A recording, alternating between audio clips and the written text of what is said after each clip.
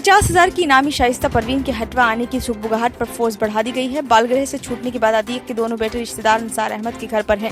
ऐसे में माना जा रहा है कि उनकी मां शाइस्ता उनसे मिलने का प्रयास जरूर करेगी। हटवा में अंसार के घर पर फोर्स बढ़ाई गई है। गाँव में भी फोर्स लगा दी गई है। इसमें महिला सिपाही भी मौजूद है।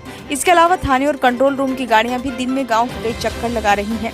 उमेश पाल की हत्या के बाद से ही अतीक के दोनों नाबालिग बेटे अहजम और आबान को रूपपुर स्थित बालगृह में रखा गया था। इसी बीच अहजम 5 अक्टूबर को बालिग हो गया था। बाल कल्याण समिति ने दोनों को उनकी बुआ को सौंपने का निर्णय लिया। 9 अक्टूबर को दोनों को बुआ परवीन कुरैशी को सौंप दिया गया। दोनों को अशरफ के साड़ू अंसार अहमद के घर रखा गया है। उनकी सुरक्षा में अंसार के घर फोर्स भी लगाई गई है। सुगबुगाहट है कि शाइस्ता परवीन अपने नाबालिग बेटों से मिलने हटवा आ सकती है। शाइस्ता की खोजबीन में लगी पुलिस उस खबर से सक्रिय हो गई है। हटवा में अंसार के घर पर फोर्स बढ़ा दी गई है। इसके साथ ही गांव में भी फोर्स तैनात है। कई सिपाहियों को सादे वेश में भी तैनात किया गया है। महिला पुलिस की तैनाती की गई है क्योंकि शाइस्ता कुछ बुरखा नशी महिलाओं के साथ ही रहती है। वह खुद भी नकाब में रहती है। इसी कारण पुलिस अब तक न तो शाइस्ता को पकड़ पाई है, न ही अशरफ की पत्नी ज़ैनब को।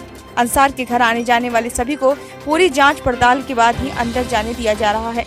अतीक के दोनों बेटे भी घर से बाहर नहीं निकल रहे हैं। ऐसो पूरा मुफ्ती अजीत सिंह ने बताया कि गांव में फोर्स तैनात है। अतीक के बेटों से मिलने जुलने वालों पर कड़ी नजर रखी जा रही है। ब्यूरो रिपोर्ट, नई दिल्ली।